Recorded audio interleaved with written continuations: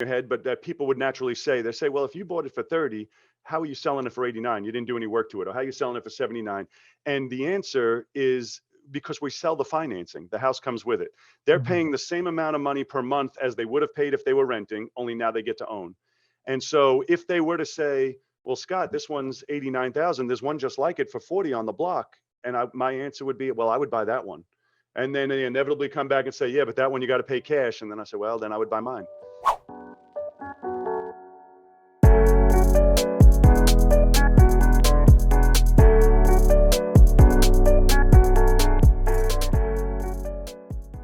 All right, everybody. Welcome to the Real Estate Podcast. Today, we got a very special guest. We got Scott Jelinek. He's got over 30 years of experience in the real estate industry. He has done what he does is called the slow flip. So I'm not familiar with what that is exactly, but we're going to dive into it today and we're going to learn about it. He's done over 800 deals. So Scott's very experienced. He's got a lot of knowledge, and I'm really excited for what we're going to learn today. Thanks for joining, Scott. Thanks for having me. I'm excited to be here. Well, what we like to do, or what I like to do when starting these interviews and this podcast is really kind of learn about where you come from, you as a person. If you don't mind, can you kind of touch on, where you grew up, how you grew up, and, how you kind of, got to where you're at today? Sure thing. You got enough time? Lenny. So I grew up on Long Island and in New York, in a town called Seaford. Nobody knows about it. It's between Massapequa and Wantagh. Everybody knows those two cities.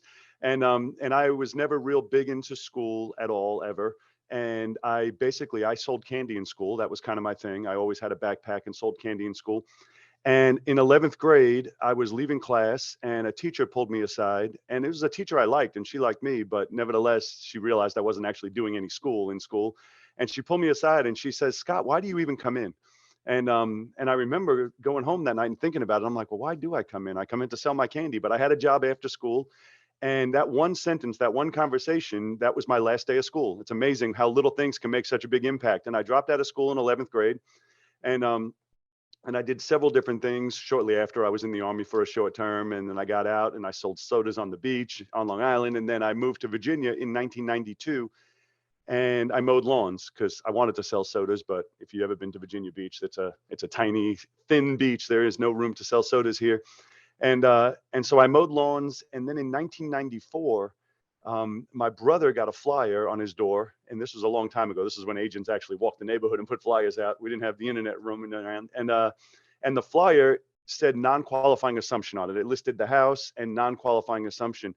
And you're probably not even old enough to remember, but they used to do a thing called non-qualifying assumptions. They did away with them in 87 for FHA and 89 for VA. But what it meant was anybody can take over the mortgage with as long as you worked out a deal with the seller for their equity.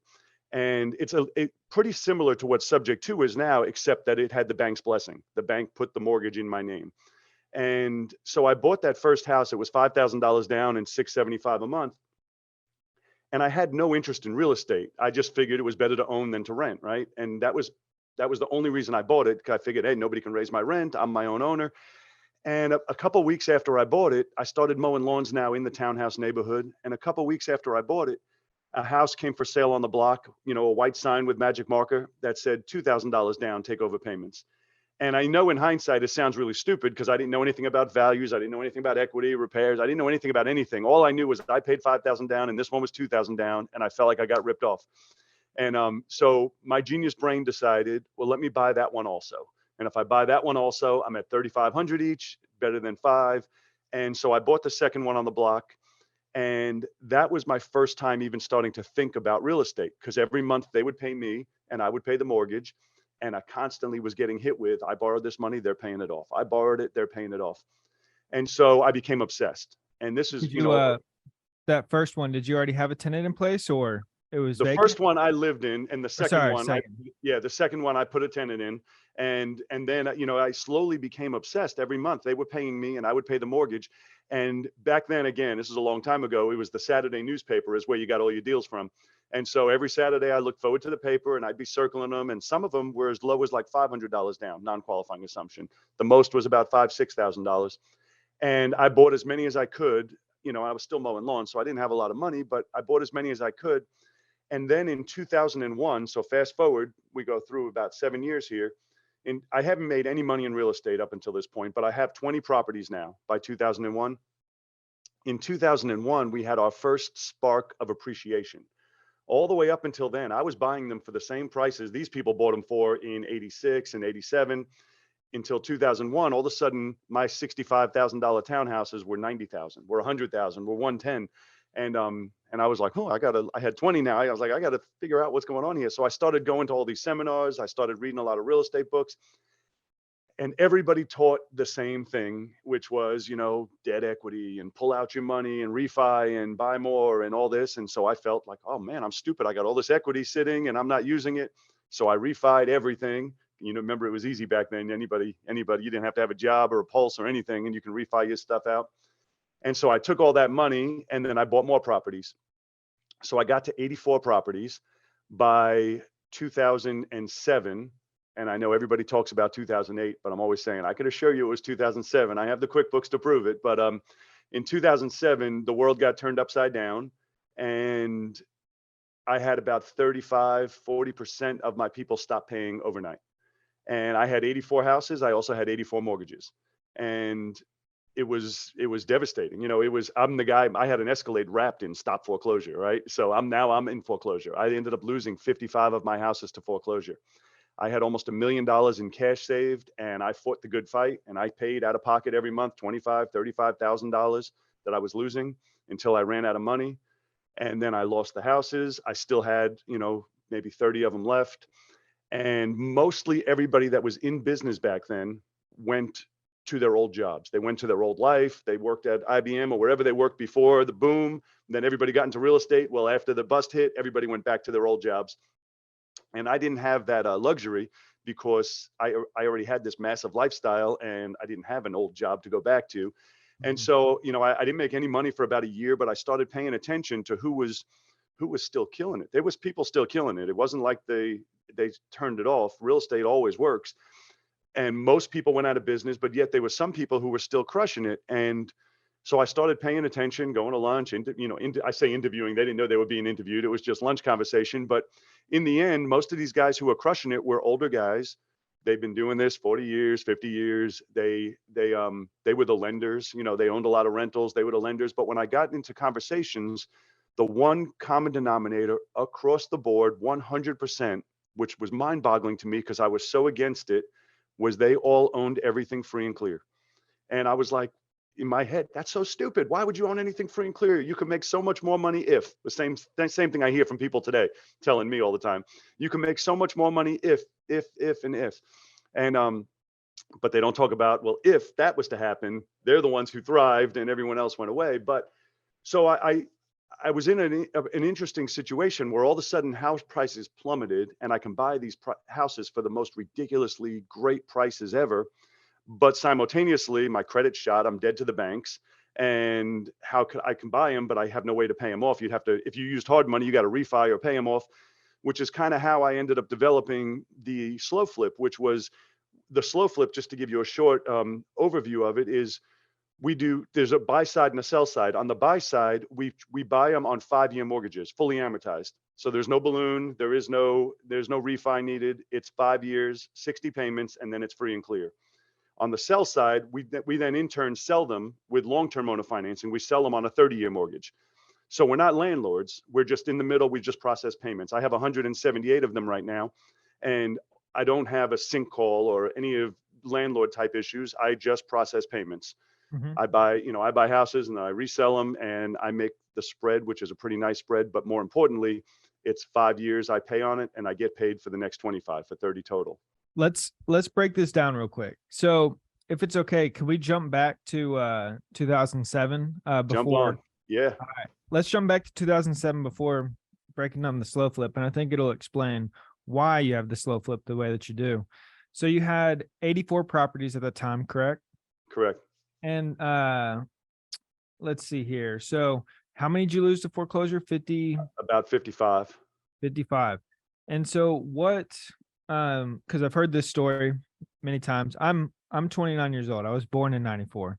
Yeah. And so, a lot of the stuff that you're talking about, I didn't get to experience, and I got into real estate in 2017. So, it's always very interesting to me to kind of dive back and hear your perspective here. But I've heard many people say exactly, same story here.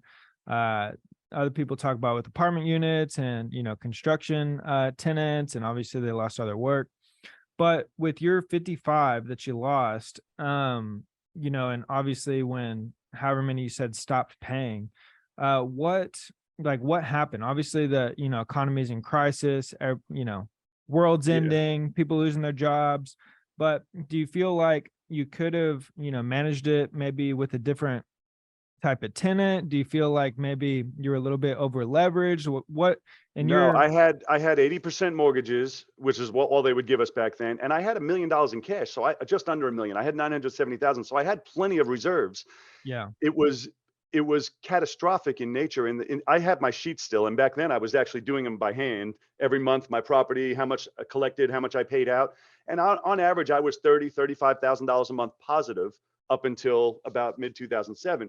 And you can see it go down to 5 grand positive, 3 grand positive, negative 2 grand, negative 17 grand, negative 25,000, negative 35,000, and it just stayed that route. And until I ran out of money. And it wasn't, everybody's like, well, you could have done this, this, and this. I've said, well, not when you don't have any money left, you can't. And in Mhm. hindsight, I wish I let it go the day it all happened, because then I would have still had that $1 million. But Right. in hindsight, it's easy. We didn't know at the time we weren't going to recover that quick. But what was the main issue though? So is it just catastrophic in the sense that everybody lost their job, all your You tenants lost their jobs, and you can't sell. So let me tell you real numbers. And it's funny because, like, if you Google how much did prices come down, they'll say, oh, they came down 25% or 30%, and all these numbers that, oh, that's not that bad, right? I'm going to give you real numbers on a specific house. And I'm telling you a specific house because I still own this house today. So Mhm. this was a house I bought in 2005. I purchased it for $120,000. At the time I purchased it, it appraised at 199. The bank gave me an 80% mortgage, which was 150,000. So I left closing with a check just under $30,000 after closing costs. So I'm like, I'm the smartest guy, right? I'm buying a house and I leave with a check for almost $30,000. Mhm. That house was one of the ones that got foreclosed on. I bought that same house. I still own it today. I bought that same house again back from the bank for $30,000. So, and I tell you these numbers just to say, like when people Google, they're like, no, it says they went down 17%. I said, maybe the retail sales price went down 17%, but the market was devastated. We couldn't sell, you couldn't sell these houses. And the same house that I would have had to have sold for 150 went for 30 on the open market. There wasn't an option of, oh, I could sell, or oh, you can get someone who can pay more.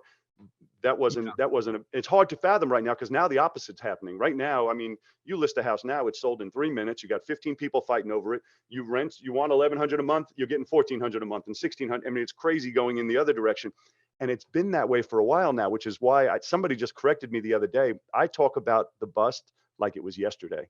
And somebody the other day just said, Scott, that was 15 years ago, right? Because I talk about it like it was yesterday, and we need to batten down the hatches, right? And one of my friends is like, Scott, that was 15 years ago, and it may not happen for another 15. It may never happen again, right? Mhm. So my whole plan now, I'm all about free and clear. Obviously, I can't buy them free and clear. So I teach my people, we do them on 5-year mortgages, but it's a solid foundation so that if and when something ever should happen again, you're protected. With that said, it may never happen again. And all the people doing the crazy refis and burrs and all that, they may just blossom and flourish, because it may never. 15 years is a long time. It could be another 15. It may never happen again. We Mhm. just don't know. Right. I'm just too old to start over again, is all I'm saying. Yeah. Well, you were buying all these in Virginia, is that right? Correct. Now we're in several states, but back then it was all in Virginia, Where at in Virginia? Virginia Beach. Virginia Beach. And so, I'm sure it was kind of in terms of the price drop from, 199 to 30K. I'm sure it's, varies depending on location too, depending on, what was going on in the local market as well too, right? I only bought in my local market, so I couldn't tell you, but we're in a strong market here. We got a big tourist presence, and we got a big Navy presence. So our market is a really strong market. So I can only imagine if it was that way here, that it was everywhere, but I couldn't tell you with certainty because I only invested here back then. Yeah. Well, I don't know the data specifically. We're here in Austin, Texas, and so most of the properties we own are here. And I mean, with the way that we buy real estate and, we have debt on all of our properties and we're not over leveraged by any means, probably about 60% LTV, give or take. Right. And really the one thing that would, hurt us is if all of our tenants stop paying. Right. And, it's something to think about, but, I was just kind of curious if maybe there was a specific type of tenant or if it was just this one instance. No, it was property management companies. It was across the board. It was everything. The other thing is like COVID was a great example of, I felt now again, we didn't know when it started, the government was going to bail everybody out. Right. But when it started, I felt very relieved because everybody that I knew that had rentals, conventional rentals, was panicked. I'm talking about the first 30 days, 45 days when nobody went to work. We're like, well, how are they going to pay their rent? And what do I do? And it ended up not being bad at all because the government stepped in and took care of anybody who couldn't take care of themselves. But I always talk about, so what happens if they didn't? What happens if they didn't? And it was 6 months or 8 months or a year. And not only were they not paying, but you weren't allowed to evict by law. I'm like, Mhm. well, what happens then? And Yeah. again, they did step in and they probably always would step in because they'd be mass riots if they didn't. But I remember when it started, I was like at peace because we have, at the time I had about 78, I think, were free and clear. Now I have about 90 that are free and clear. And but I remember thinking, I said, well, I don't have to worry. I don't have to worry, and we'll see what happens. But I have friends that were in mass panic over that Yeah. until the government stepped in. Yeah. Yeah, I mean, we were too, at the time we didn't own 80 something at, back then, but it was definitely a concern of how are people going to pay rent? What's going to happen? My partner at the time, he owned a management company. They had like, 700 doors. They were freaking out what's going to happen with tenants and, here, and I'm sure it's probably same across, depending on where you're at, but here most tenants paid, even if they Yeah, didn't have a job, government checks, for whatever they were, 1,500 bucks or something. It's not even enough to cover rent here in Austin, yeah, in most cases. But most people paid their rent. There was like 90, 95% plus of yeah. everybody was paying their rent. Yep, we ended up with no problem. Now, in the first month, people were late because they didn't leave their Right. house the month, but they still paid. We had maybe 3 or 4 that ended up using that government thing where they paid your last 6 months or whatever it was. But for the most part, they all ended up paying because they were able to go back to work and life went on. But I always think about it, I said, well, what if they didn't? Yeah. What if they Well, have I, another I thought it election was coming gonna and they need to lock us down again? yeah. I thought it was gonna be a great time to buy. I mean, And the market was opposite happened. I agree because I yeah. know I know friends that were in the middle of deals and pulled everything. Said, you know what, I'm canceling all my deals till we see what's going to happen. And I thought the market was nope. The market just kept shooting up, and I was like, all right, and it's still doing it. I would Yeah. have bet money last year that this year we were going to have a slowdown at least, let alone a downturn, but at least a slowdown or break even. A flat market. It's not. It's still. I don't know how it is in Austin, but we're still going up and up and up. We've had a bit of a correction here in Austin. And specifically, I think one of the next opportunities coming is commercial real estate, apartment complexes, industrial storage units, things like that, where, a It's lot of debt's definitely coming. coming due. Yeah. There was an article yesterday in Bloomberg. I don't know if you read it, talking about how the banks are trying to unload their debt, that their Mhm. loans they have, and they can't find buyers. Nobody's buying them now. Which Right. that's all you need to know. It's going to happen in that segment there in the commercial. It's on its way. Yeah. Whether or not I capitalize on it, I don't know. I've always done single family, but it's definitely coming. Yeah. Well, let's talk about the slow flip. All right. So I understand the free and clear mindset and these 60 payment loans that you're getting. You structuring these via seller finance? No, not sell. Sometimes we can get seller finance, but typically we raise private money. Every now and then I'll get a seller who'll finance, but 99 out of 100 times it's using private money. Okay. So walk me through it. You find a property. So first I'm going to tell you the numbers, and I want to tell you the numbers while you're sitting down because you're in Austin and a lot of your listeners are probably in Texas or maybe all over the place, but in some markets you can't buy a garage for these prices. And then but before you say, oh, that doesn't exist, I always tell people, I say, listen, just go on the internet. You got the internet, right? You can Google and they exist. So on average we try and buy these properties for $30,000 or less. And I got to stop there because They do exist. There are whole states where there's tons Yeah. available for 30,000. We borrow the full 30,000 from a private lender at 12% interest. Real quick on the 30K purchase price. Are you considering these like we'll buy 30K market value, or are you negotiating them down pretty? We always try and buy below market. However, sometimes if the numbers work at market, we will buy them, because Mhm. let me run you through the numbers that we do, and so you'll understand. We borrow the full 30,000 at 12% interest. 12% interest makes your payment come out to 667.33 for 60 months. On average, we immediately turn around without doing anything, without cleaning them up, without mowing the lawn, because I don't even see these houses, and we resell them. On average, we resell them from anywhere from 69 to 89,000. Then we sell them on a 30-year mortgage, and on average, and I say average because there's a range, they go up a lot higher on certain ones, but on average we get 875 a month. So on 875 a month, we really don't make any money. We're paying out 667. There's really no money to be made for the first 5 years. But then the 61st payment, they're free and clear.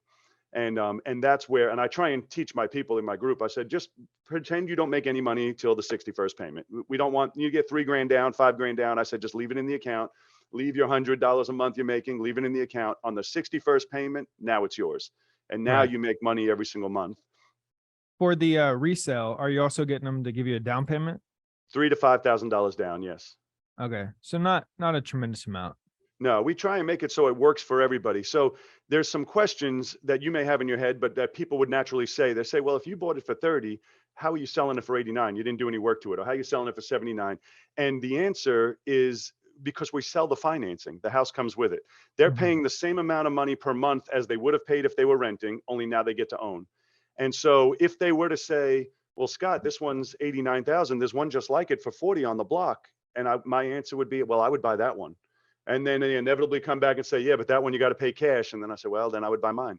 Mhm. I'm brutally honest with everybody, and that's what it is. Do you want the financing or you don't? That's what we're selling. Yeah, and then I mean, you're probably selling them to people who probably struggle to get a conventional mortgage as well, correct?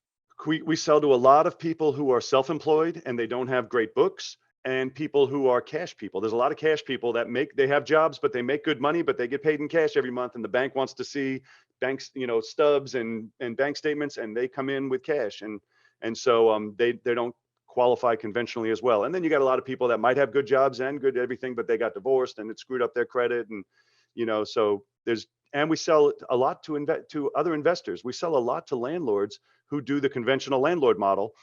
And what happens is they'll end up paying us 875 a month, and then they Section 8 it and they get 1,400 a month. So they're making good money and they love us, and we're making good money, and everybody wins. Mhm. And it's added to I have my top guy, I think, has 16 houses with me, and he loves it more than anything. He's always texting me, let me know what else you got. Let me know what else you got. Right. And so so now we're talking about the 3-4% rule there, even higher, 5% rule on. Absolutely. Yeah. So what markets are these that you're buying in? So I have 178 now, and I would say probably 120 of them are in Hampton Roads, Virginia. So there's 7 cities that make up Hampton Roads: Virginia Beach, Norfolk, Portsmouth, Suffolk, Hampton, Newport News, and Chesapeake. And then I also buy in Illinois. I buy in St. Louis. Those are primary markets where I buy. People in my group, they are also buying now a lot in Indiana. There's a lot of good deals in Indiana. They're buying in Ohio. They're buying in Alabama, in Tennessee. There's a ton of markets where I look at these houses and I'm like, holy, it's $17,000. And one of Mhm. my girls just did a deal and she posted it in our group. She paid, I'm sorry, not 17. She paid 15.9, because I kept saying 16,000. She kept correcting me, 15.9. And she Yeah. sold it immediately that week. And she sold it for 79,000, got 5,000 down and 795 a month. And I'm doing the math and I'm like, that's over a 50% return. Mhm. And looked at the house and I'm like, that's a nice looking house. Yeah. 15.9. It's less than a Honda Accord. Are you, when you're selling these via seller financing, are you who's holding the deed? Are you holding the deed? They have the deed? We maintain the deed. We do it through an agreement for deed or a contract for deed or a land contract. It's called different things in different states. The deed stays in our name until it's paid off. And the way I explain it to my buyers, when they ask how this all works, I say, when you buy from a bank, the deed goes in your name and then you pay for 30 years. When you buy from me, you pay for 30 years and then the deed goes in your name. It's the exact Mhm. same end result, which it is. Yeah.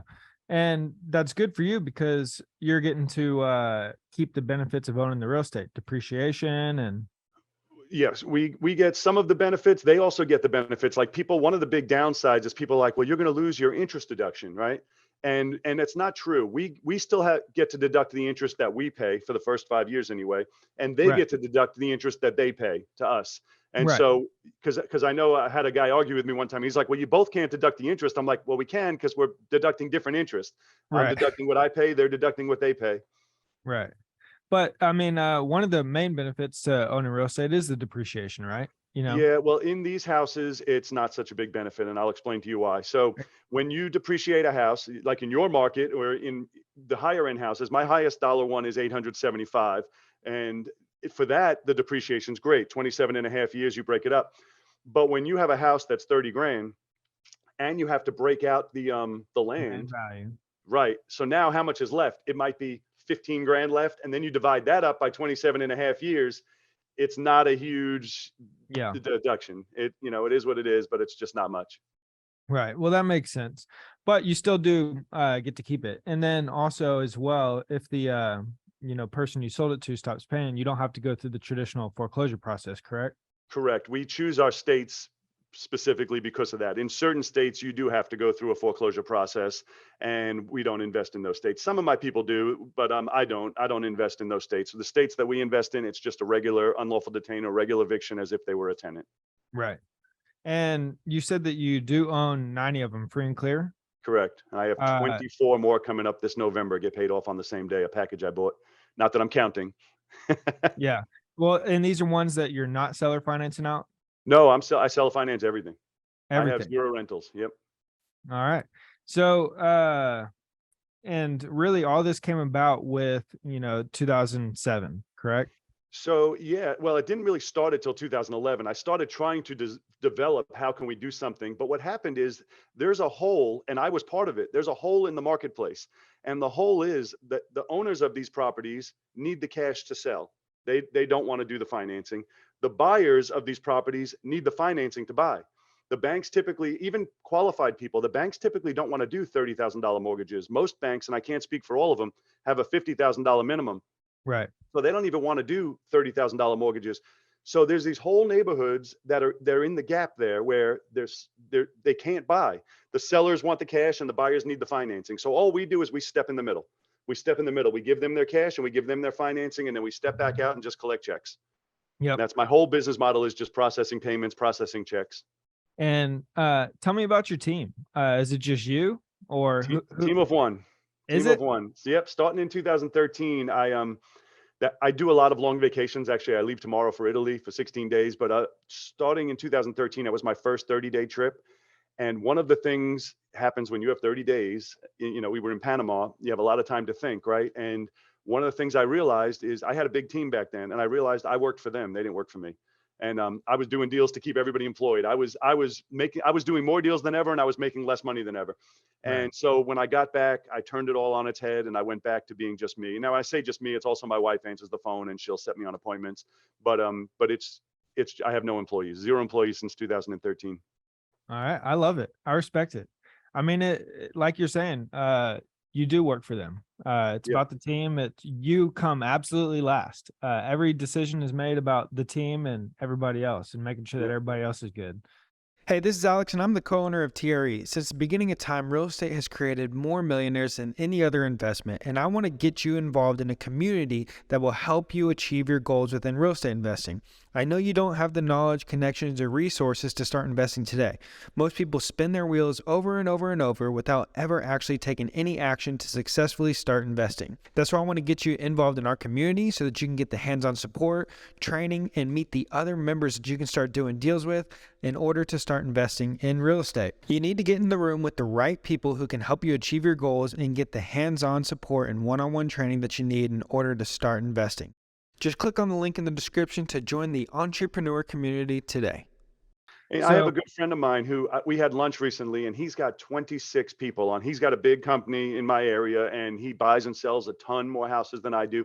He's got 26 employees. And when he told me he just hired somebody, I asked how many, I almost threw up in my mouth a little bit. And I was like, oh, 26 people working on this business, right? But then we broke down the numbers. And mind you, he's probably doing more than 10x the amount of deals I do. And we broke down the numbers, and me and him were almost identical on the amount of money, net that we actually took in our pocket for the year. And it was crazy to me to think about, I'm doing it just me and you got all this huge team. However, he still likes his plan better, and I don't blame him for it, because he likes that he has all these employees and he's providing for them and he's giving them, the value and giving them a life. And he also likes that when he's away, he travels a lot like I do. When he's away, the business is still rolling along without him when mine doesn't. But again, in the end, for the year, we're making the same amount. But it was amazing to me, 24 employees, and the same thing I'm doing a fraction of it, because when I do a deal, I get to keep it. Yeah. Well, and even with so you have like a group, a community, what do you call it? My group, it's called the Freedom Accelerator program. Freedom Accelerator program. How many people you got in there? 207 right now. All right, and congrats. And thank you. And they are killing it. And it's interesting because I've done live local for a while. I did local seminars, live local coaching, and I really enjoyed it. And people did really well, but they did really well because I physically was going on appointments with them. We were doing marketing together. I was selling houses for them. And so when I decided I wanted to do an online platform, I was nervous that it's hard to make people successful when you're not physically able to help them with everything, right? And so we started this program. And I was skeptical, because if people weren't successful, I wasn't going to keep doing it. I don't want to have a program where people come in and nobody's doing deals, right? And so we meet once a week, and every single week, I am blown away by the amount of deals they're doing. Like everybody's posting their deals and talking about their deal. I bought 2 more, and I'm like, man, I just love how well it's all working. Yeah. And they're doing deals like that. My whole focus is, I always tell people, our focus is on freedom. We're not focusing on Lamborghinis and yachts. We're not focusing on making you rich. We're focusing on setting you free. And it's amazing the amount of people we've been able to set free so far, which is again why I love it. Yeah, that's amazing. And so even with that group, it's just you and your wife. It's just me. Yeah. All right. I love it. Yeah. So the private money, that's a team member. No, we don't have a team employee, but yeah. So obviously we have attorneys we use. We obviously have, people we use in the business, but no employees, no staff. Yeah. Right. Obviously you can consider them team members. Yeah. So we have a lot of private lenders. And then we also have a national company, which we just recently, they only started with us in June, that created a program just for our members, a slow flip lending program with our terms. And, and that's been going fantastic so far. I'm hoping they can keep up with the demand that we've been making for them. But if not, we'll have to seek a new one. Yeah. Well, the 12% interest, you were doing that a couple years ago too, or interest rates were lower then? I never changed my rate since 2011. And it's funny because I've had some of my lenders recently, there was text and they'll say, oh, I'm just checking to see if the rate's going up now that rates have gone up. And I'll respond, I said, no, and we didn't lower them when they were down to 3% either. And that's what the rate is. And they'll respond, okay, I had to ask, thanks, just had to ask. And because 12% is a really good return, considering it's secured by real estate. We have such a long track record. I get the same lenders over and over again. And not one person has been one day late since 2011, which is really impressive, to have that many loans out. And 12% is a good return. And I'm unwavering on changing it, because the whole reason we ended up at $30,000 caps is because it can pay itself off in 5 years. If we change the rate, that means we either have to lower the price or extend the term. And I don't want to do either of those. Right. That makes sense. And so where are you finding, when you were kind of, getting into the slow flip, where were you finding these private money lenders who wanted to do these smaller deals? So we have a whole system for it, but I'll tell you the short version of it's not lenders. This is where a lot of people falter when they first come in. Like when I get people in the group, they're like, well, I spoke to 10 lenders and they all said they don't want to do this, or they don't want to do 5 years, and and I'm always like, no, we don't talk to lenders. We create lenders. Anybody who's in the business, meaning they're a lender or a hard money lender or or they call themselves a private lender, any of that is not who we're dealing with. We're dealing with people that have money in their IRA or money in their bank account, and they were making 1%. Now they're probably making 4 or 5. They're making 1% and they want to make a better return backed by real estate. And so we cultivate them by, mostly by networking. We have a process we use where you can never be rejected. And I'll tell you the short version of it, where we always ask them, not if they're interested in doing it. We ask if they know anybody who would be interested in making a 12% return secured by real estate. And almost 100% of the time, you follow that trail and they get to a lender. Even though everybody starts off saying, yeah, that's easy for you. I don't know anybody that has any money. I'm like, trust me, you do. They might not want you to know they have money, and it might not be them, but they know somebody. And so when we cultivate a private lender, my definition of private lender is somebody who's private to us, not just a person who's like, well, I'm not a bank, so I'm a private lender. I'm like, no, I want somebody who I cultivated them. They're my lender. They don't have Right. business cards that say lender on it. They're just Joe Smith, and he just loans money to me, and that's it. Right. Yeah, that makes sense. And also it's a great way to ask it too, because then they're like, well, I'm sure that, my two friends over here would, but I want a 12% return. Right. And And there you I go. follow up that answer by, no, not you. You're into that other stuff. And I know you're doing crypto and you want to, I'm talking about, but I'm sure you know somebody who'd want to make 12%. And I always position myself so that we maintain the level of control of the conversation. I never want to be out there being like, oh, will you please loan money? Right. And then they're in control and they get to set the terms and the rate. We're offering an opportunity. And we offer an opportunity. So our opportunity is 30,000 at 12% for 60 months. Not Right. how much do you want to loan? How much do you want as a rate? How much? We don't ask any of that. We have an opportunity. You either want it or you don't want it. Right. Do you, at this point, having 90 free and clear, are you not going and getting a line of credit or anything to buy these deals? I have not used a bank since 2007. Since they told me to screw off, I've been telling them the same thing. So Yeah. I actually personally, I fund most of my deals. I just pay for, but I still have used, I did 2 loans this year because they were packages. I bought a 20 package of houses and a 10 package of houses. And I did use a loan for those. And, but the way I train is for them to use loans. Now, once they hit their 5-year mark, they may stop and start self-funding. But until then, they're still going to be using private lenders. But no, I don't do anything with the banks. The banks are significantly cheaper.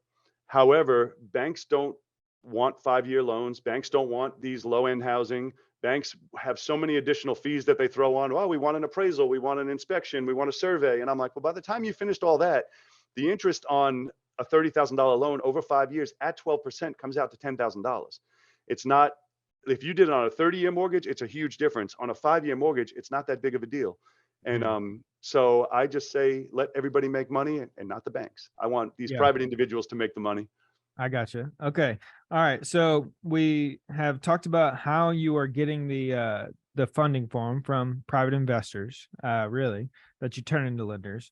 Where are you finding these deals? So I'm sure similar to us, you got, a big influx of different ways that you are getting deals, but Yeah. how are you teaching your people to find the deals? So in my market, so I also teach wholesaling. I love wholesaling. And so in my market, I market in my market. I do direct mail and I do internet in my market. I actually go on appointments. And if it fits as a wholesale, I sell it. If it fits as a slow flip, I keep it.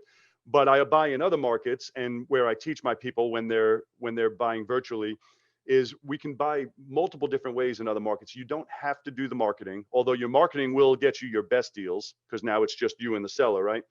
But there's a ton of wholesalers, there's a ton of investors who are in those markets. And by those markets, I mean like Illinois, St. Louis, Indiana, who don't do our program. And when you don't do what we do, those properties are the worst rentals. You would not want these properties as a rental.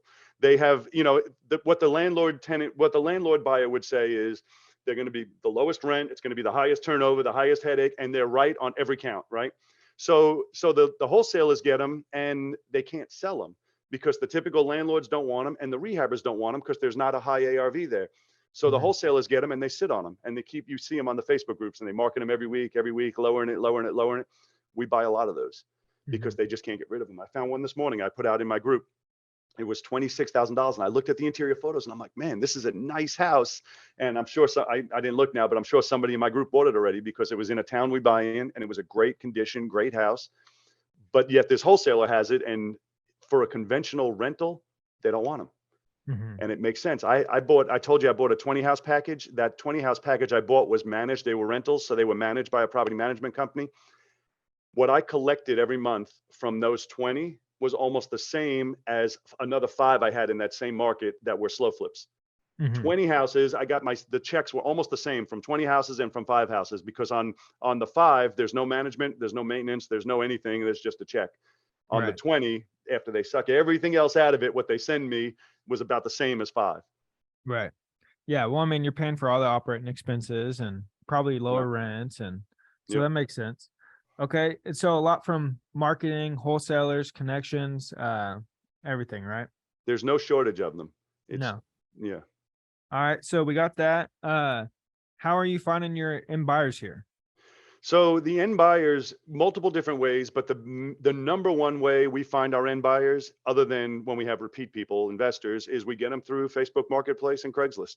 I also do a sign strategy if they're local, but when they're not local, sometimes my guys do, sometimes they don't. But we use Facebook Marketplace and Craigslist, and it works really, really well, to the point that when we're buying a new area, and I'm sure you've done this with your other business, for your own stuff. When you're buying an area, you don't have any houses and you don't know what the demand is. We'll put out what we call a ghost ad just to see the response rate. And we'll put out a similar house and we'll say 3,000 down, 875, no credit check, yada, yada. And if we get one response, we might be like, this area is not so good. But typically you're getting 50, 60, 70 responses. And then we tell them, sorry, that one's gone. But then when the new one closes, we don't even have to run an ad. We just hit up all those people. Are you Right. still looking? We got another one in that market. Right.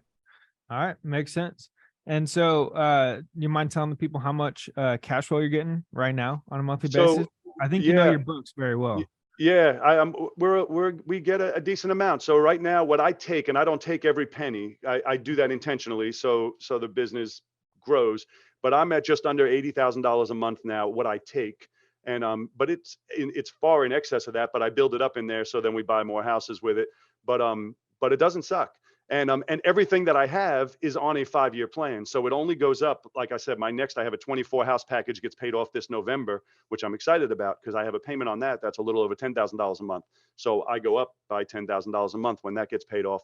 And every month, 2 months, 3 months, there's another 1 or 2 or 3 that get paid off. And so I like the plan. Now it's a tough plan in your first 5 years.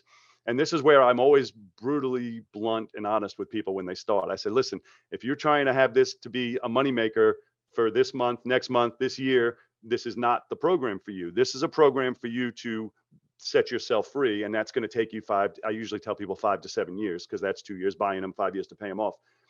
If you're focused on setting yourself free, this is the plan. But if you're trying to get a Lamborghini in 6 months, there's other ways, you're going to do a different plan. This is not going to be the plan for you, because the first 5 years, you really don't make any money. And it's only until that 61st payment where all of a sudden it's like, this is what I've been working for. Right. And it's even, it's probably not even going to happen, with one, right? You got to reverse engineer how much money you need and how much you need to, we do a process with our people, which I'm sure you've done on your own or with groups that you're in, where we do a future vision, and we do what's called coming up with your freedom number. What's your ideal day, your ideal life, your ideal car, your ideal vacations, your ideal house, your ideal restaurants, everything. And we put a number next to it and then divide it up into a monthly number. And then we take that number, and that instantly tells you how many slow flips you need to be there. And that's your freedom number. Right. And on average, it's surprisingly low. And I think most people shock themselves when we actually do the exercise. On average, it's $10,000 a month is what people need to be free.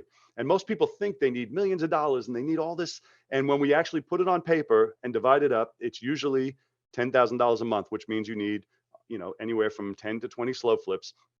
And that's it. It's not a lofty goal. Right. No, I mean, it's easy to live on, just enough to be free. Right. Right. And it doesn't mean you stop at that point. That's when you're free. It doesn't mean that's when you are done. Right. It's just, that's when you're free. Right. Okay. Well, congratulations. That's awesome. It's a beautiful story. And I love the slow flip method. I personally, I like seller finance. I'm trying to think, we may have seller finance 1 or 2, but it's not big in our portfolio in terms of, the slow flip method on the second side of it. But, I would seller finance deals, especially if right now we could go in, buy deals sub 2 and then wrap it again, seller finance somebody else. We're closing on a package of 8 deals in Lubbock right now, where we're taking over a sub 2 deal from somebody. And so I love the method, and I love that you're all in on it. Yeah, well, so let's talk about those 8 deals now, that because I buy sub 2s also, and I'll slow flip sell them. But a deal like that, and I don't know how much you're going to be out of pocket, but let's say you're 50 grand, 60, 70 grand out of pocket, you might be 0, right? But when you turn around and now slow flip them, you might get 10 grand down on each of them. And so from month number 1, you have $0 invested. Right. And you marked them up to what I call super retail, because now it's retail plus, and there's no closing costs, there's no agent commissions, there's none of that. And your positive spread might be $200, $300, $500, $700 a month. and you got nothing invested in it. And I love deals like that. And I do them all, I do all kinds of variations of what we do, but that a package, I would love to turn around and boom, it's nothing. Now it's just processing payments. It's pretty low, and that's why we like it. And we're not so this is in Lubbock, Texas, which is far away from where we're at here in Austin. We don't own anything in Lubbock, but what we really liked about this one is that the wholesale fee on it's gonna be like 15 grand, and then we're paying $5K to the lender. So Wow, nice. All in, I mean, 20 grand, give or take, plus, some attorney fees to draft up the docs. But I think that is going to be the play with this one is probably, pick our favorite ones, hold them as rentals, and then the others just, seller finance them to somebody else and do exactly this, mark up the price, super retail plus, get our down payment. We'll probably be in, at that point with no money in the deals, and then, just smooth sailing from there, hopefully. And then Unless and the you just tenants stop collect. paying. Even if they do, then it's just a turnover. But because you got the down payment, you're covered, and now you get a new down payment from your next person. Right. So do you think you're ever going to own any more rentals, or you're going to be slow flip till the end time? I'm slow flipping to the end. Once I compare the two, there is no comparison. So I'll tell you some negatives about slow flips that I hear from people. And you may be thinking this in your head, well, you don't get any of the appreciation. I bought it today and I sold it today, and you don't get any of the appreciation. And they Well, are you got it absolutely, day one. I forced it day one, right? So Yeah. yes, I didn't wait 30 years for that to be worth that. I got that day one. And then they say, oh yeah, but you don't have any, you don't get the, you don't have the equity. I said, no, I got paid my equity in cash. You have to refi or sell or whatever to get your equity. I'm getting paid my equity in cash every single month. Then the other big negative is say, well, what happens if in 30 years, everybody stays 30 years and then you're paid off and suddenly you have no more properties? That's a valid concern. $875 over, and we're going to use the cheap houses, a $30,000 house that pays you $875 a month. Over 30 years, you get paid back $315,000. I'm okay with that. I said, if I got $315,000 on my purchase that I didn't pay anything for, mind you, they paid it off, then that's okay. I use that money and I buy more. That's all I do. I use the money and I buy more. Mm-hmm. I zero intent on ever having another rental. Do you have prepayment penalties on these loans, or? No, the only time I'll put a prepayment penalty on, so there is no prepayment penalty. The only time I'll put it where you can't prepay is if I took over like a sub two. Sometimes you may have a judgment or an IRS lien that you also take sub two, and those have a date that they fall off. And so if there's an IRS lien that says it doesn't fall off till May of 2027, I will put no prepayment until June of 2027. But Right. other than that, they can pay me off the next month, and some do. Yeah. So yeah, I have And no that's okay prepayments. if they do, right? I You just go and buy 2 or 3 more, the same money. You just made 40K doing, in 1 month. Right. But that was one thing I was thinking about is, but see, you're in the business of you're a deal maker. You just want to, you want to do deals, right? So I'm sure you got deals going left and right.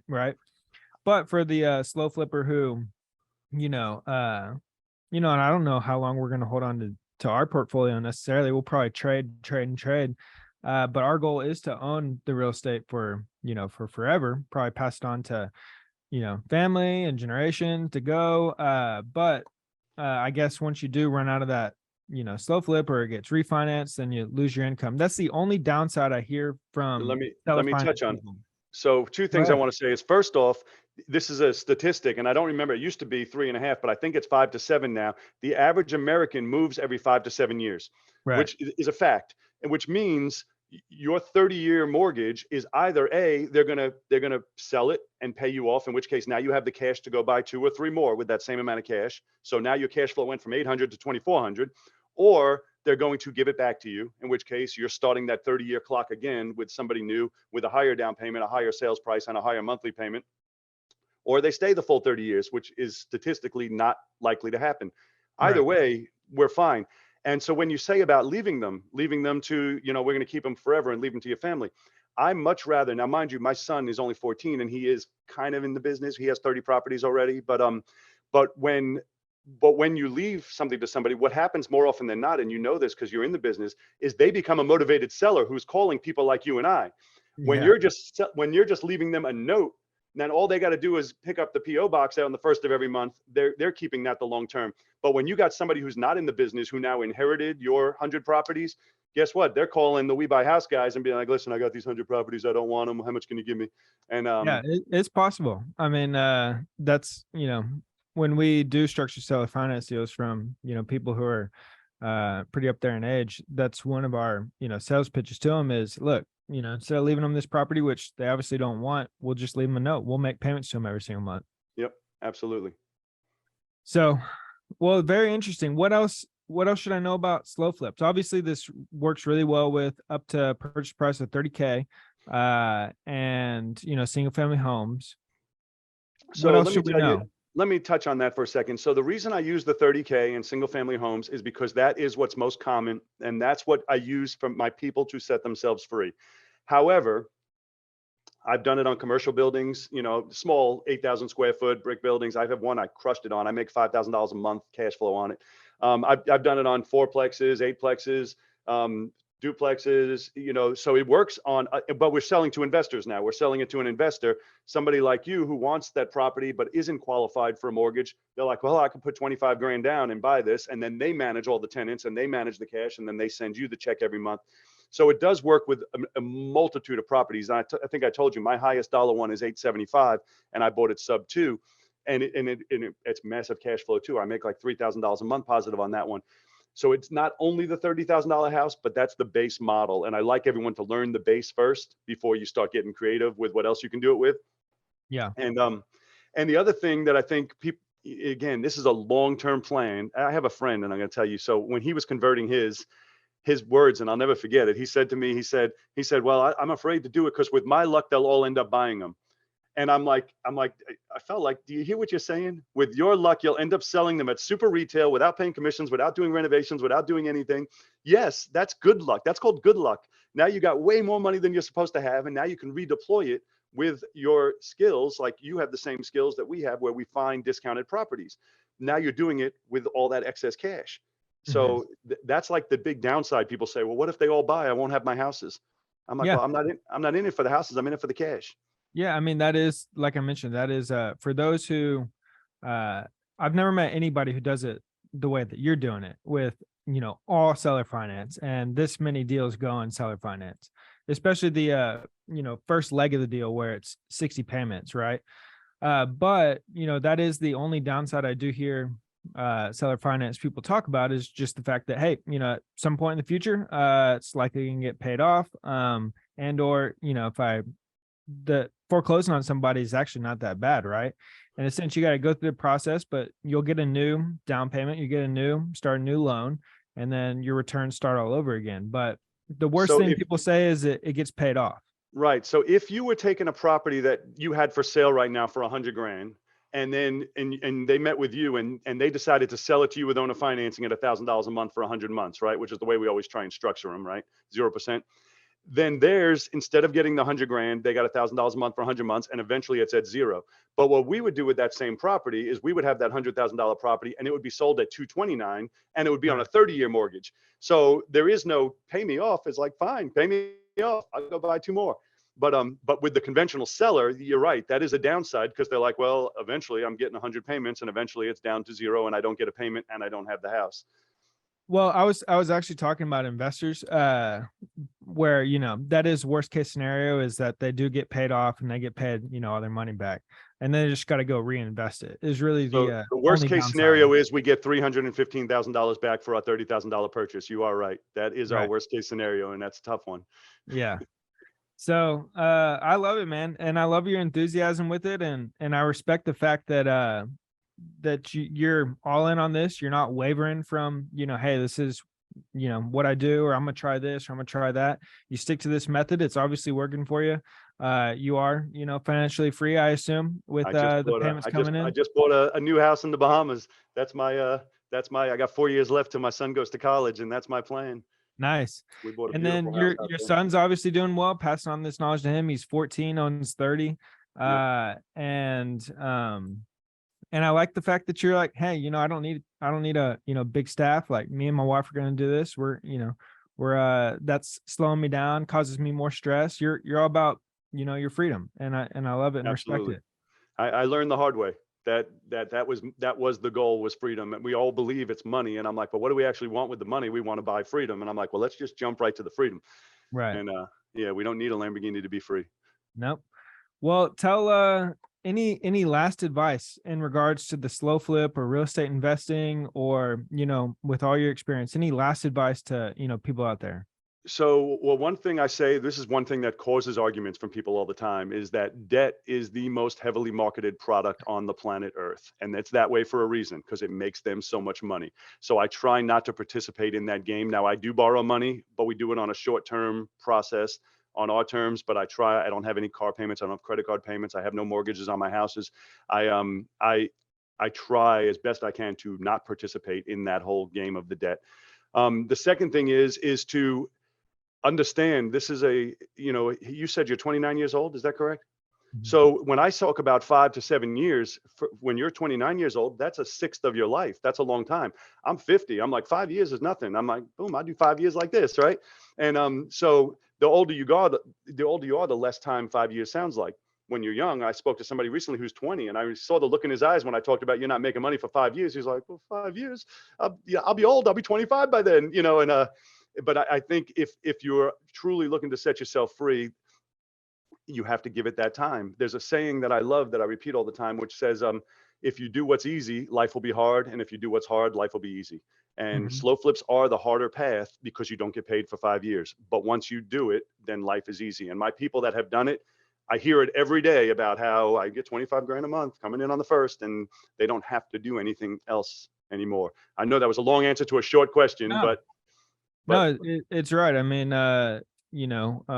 even if you're not doing the slow flip method, investing in real estate the same way, right? yeah, Buy absolutely. one rental property, you're not making any money necessarily. It's Right.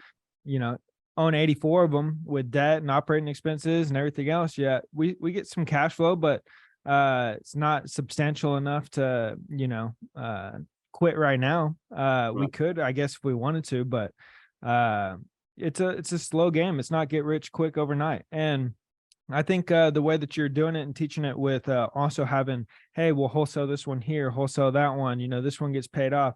It's about keeping it going and continuously reinvesting in, the process and your business and your methods, and taking advantage of the opportunities as they come up is also what keeps things afloat too, right? It's not Yep. just do one slow flip and don't make money for 5 years. It's, get a good amount of slow flips going, wholesale these deals here, And and in keep the 5 years, money you're coming free. in. Right. Yeah.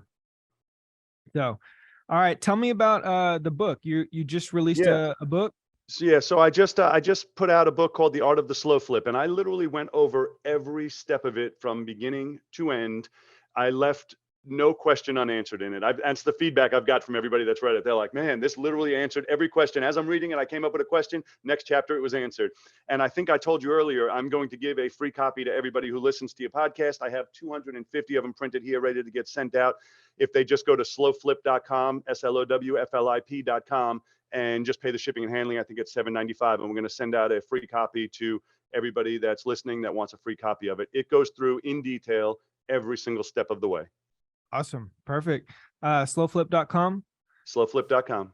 And then where else can I'm sure there as well, but where can people find you on social media and I'm anywhere else? everywhere under my name. I'm on, you name it, TikTok, Facebook, Instagram, YouTube. It's what's the other one? Twitter. What's the new one? They got Threads. You name it. I'm on all of them under my name. All right, very cool. Well, I really appreciate your time. Thank you very much. And everybody go get a copy of the Art of the Slow Flip. Thanks. And you let me know what you think after you finish reading. I'm curious to hear your thoughts. I will. Thanks, Scott. All right. Have a great day.